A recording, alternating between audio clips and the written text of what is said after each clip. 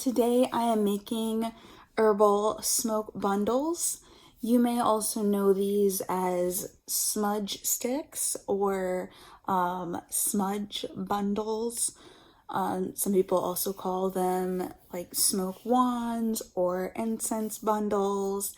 And I prefer that because the term smudging and the practice of smudging is an indigenous practice. And if you're not a member of an indigenous community, I don't believe that you should call it smudging. So I prefer to call it smoke cleansing using a smoke bundle. And similarly, a lot of people, we see these smoke bundles made from white sage. So if you're new to magic or witchcraft or even just spirituality in general, it seems to be everywhere. It seems to be now a common kind of new age practice. If you go to even Five Below or Marshall's or pretty much any store nowadays, you're going to see these white sage bundles, and they're marketed as cleansing energy, cleansing your space, and so forth. And the idea is correct. I mean, there is a reason why humanity has been burning herbs for centuries. But the problem with the popularity of smudging, and in particularly the use of white sage, is that it's now an endangered plant. So we have over harvested white sage. And again, white sage was used by indigenous people as a sacred part of their ceremonies and rituals. And now we're over harvesting that plant, which makes it more difficult for the indigenous communities who have been using that plant for hundreds of years. So I do recommend avoiding white sage.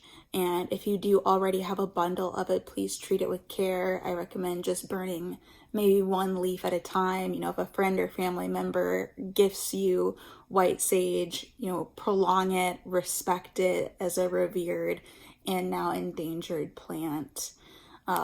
So with that being said, the good news is that smoke bundles can be made with pretty much any woody, heavy-duty herb, most of which you can grow in your backyard or your windowsill. So we can actually grow our own garden sage, our own rosemary, lavender, roses, juniper. We can collect cedar. There are a lot of more sustainable plants. So I recommend, if there are plants local to you, plants that you can grow yourself, plants that are growing in your backyard, use those. So today we're gonna go in my backyard and I'm gonna make some smoke bundles from the herbs that I have growing in my garden bed, and I will show you how to do the same.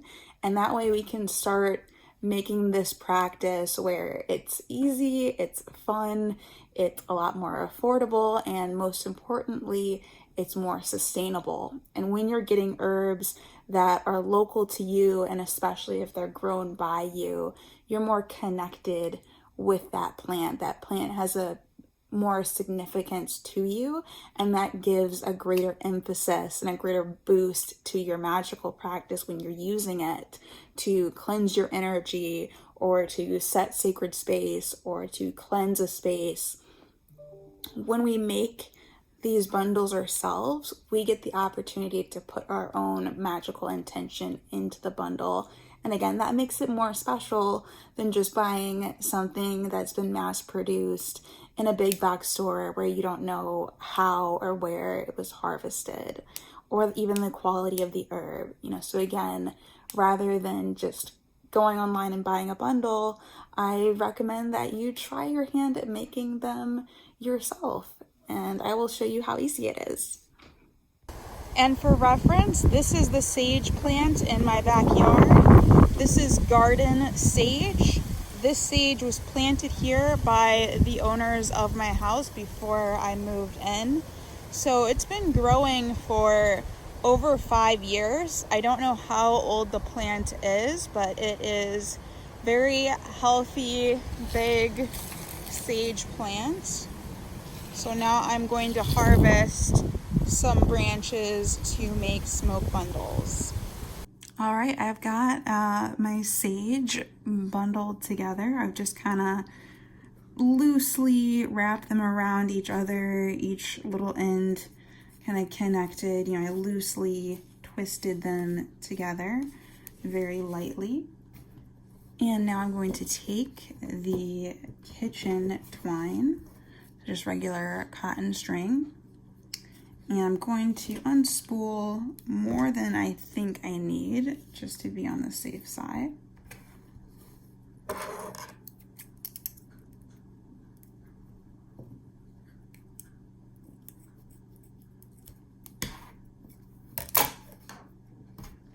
So I've got my twine, I've got my base of the smoke bundle here. I'm going to leave a little bit at the end to tie the final knot. And I'm going to wrap around the base several times. And I want to be sure that I wrap it super tightly. Super tightly. That's probably the most important thing to know when you go to make a smoke bundle, is you want to really pull that string as tight as you possibly can. Do it much, much tighter than you would think to do, because the herbs will dry, and when they lose their moisture, they also lose their volume. So they are going to become much thinner than how you see them now. So we're going to start wrapping the twine tightly up through the bundle. So we're tightly going up and pulling when we come around. We're going up and pulling as we go around. And again, just don't forget that pulling tightly.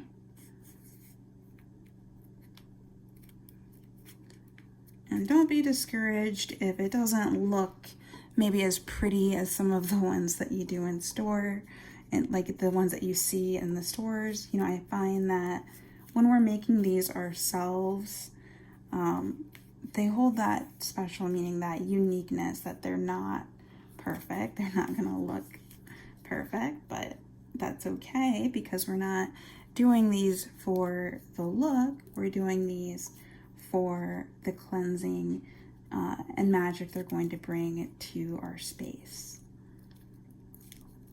So it's more important for them to be functional than for them to be pretty. But of course, as you practice this more and more often, this is only about my third time trying to make a smoke bundle, so I'm still very new to it. But with practice, I'm sure they'll start looking more and more beautiful, as you go along, and especially if you add different herbs like roses or lavender. So I've gotten to the very top, and I'm going to now, hopefully you can see that, that's the top. I'm going to start crisscrossing over each tie all the way down. Again, being sure to pull very tightly as I go around.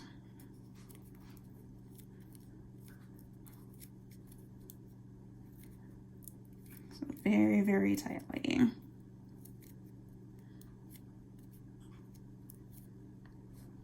Hopefully you can see how that's crisscrossing.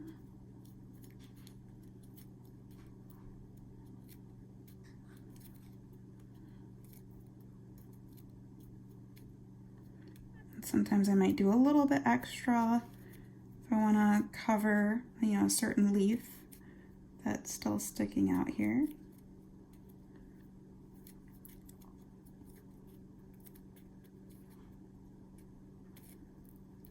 And just remember to pull every so often to make sure that it's really, really, really tight around there.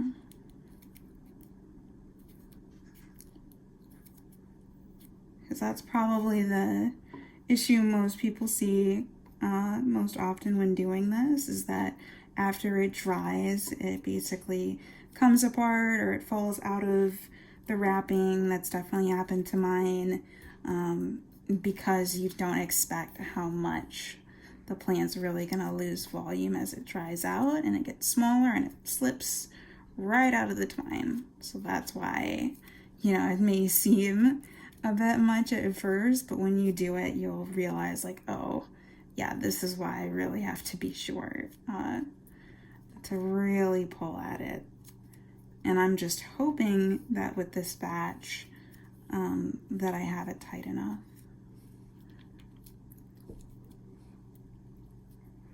And we can kind of see with the shape why these are also sometimes called wands. And there we go, down to the bottom, and we can tie off our knot here.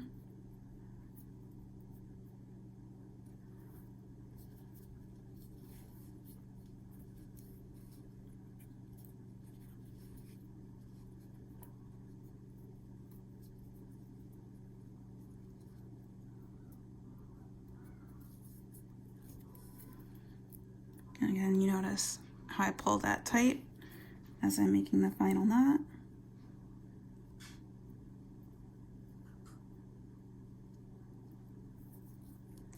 And there we have it, our homemade smoke bundle, smoke wand. Very easy. Again, maybe not picturesque, but still, after drying, so I'm going to hang it up and let it dry for about 2 to 3 weeks, and it will burn beautifully and be perfect to cleanse my space and my energy. So thank you all so much for watching, and blessed be.